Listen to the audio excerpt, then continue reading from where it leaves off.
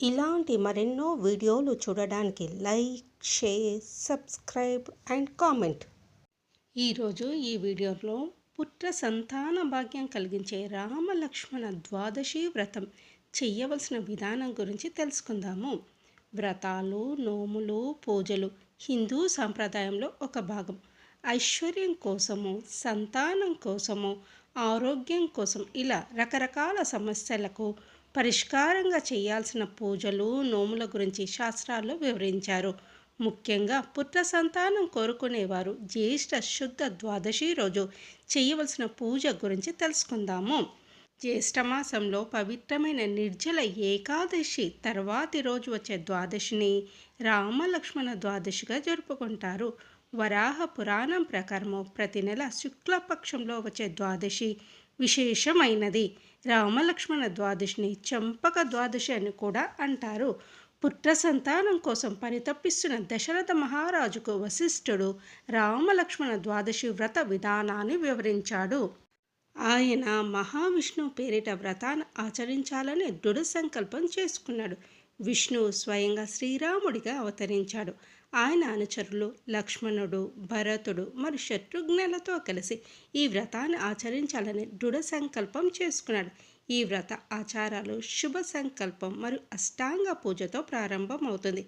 ఆ తర్వాత కుంభస్థాపన, రామలక్ష్మణ విగ్రహాన్ని వస్త్రాచ్ఛదన, షోడశోప ఉపచారాలతో పూజించడము మరియు బ్రాహ్మణులకు మరియు పేదలకు దాన ధర్మాలు చేయడము జరుగుతుంది.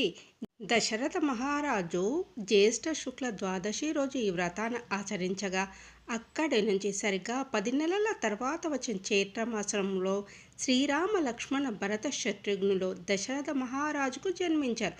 అందుకే పుత్ర సంతానం కోరుకునేవారు తప్పకుండా ఈ వ్రతాన్ని ఆచరించాలని శాస్త్రం చెబుతుంది. వ్రత విధానం గురించి తెలుసుకుందాము.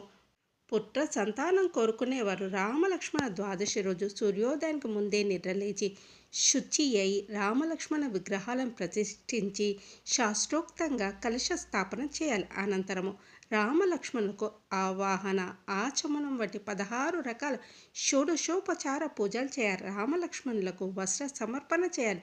పూజ పూర్తి అయ్యే వరకు ఉపవాసం ఉండాలి.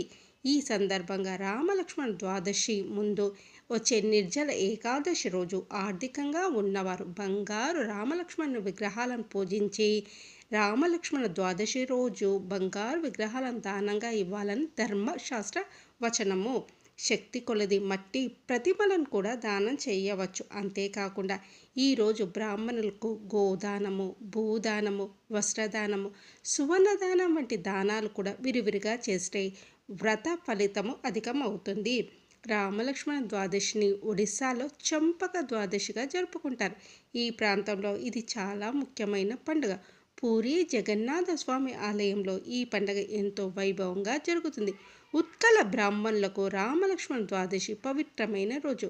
జగన్నాథుడికి ఈ రోజు విశేష పూజలు, ప్రత్యేక ప్రసాదాలు తయారు చేస్తారు. ఈ పూజలో పెద్ద ఎత్తున భక్తులు పాల్గొంటారు.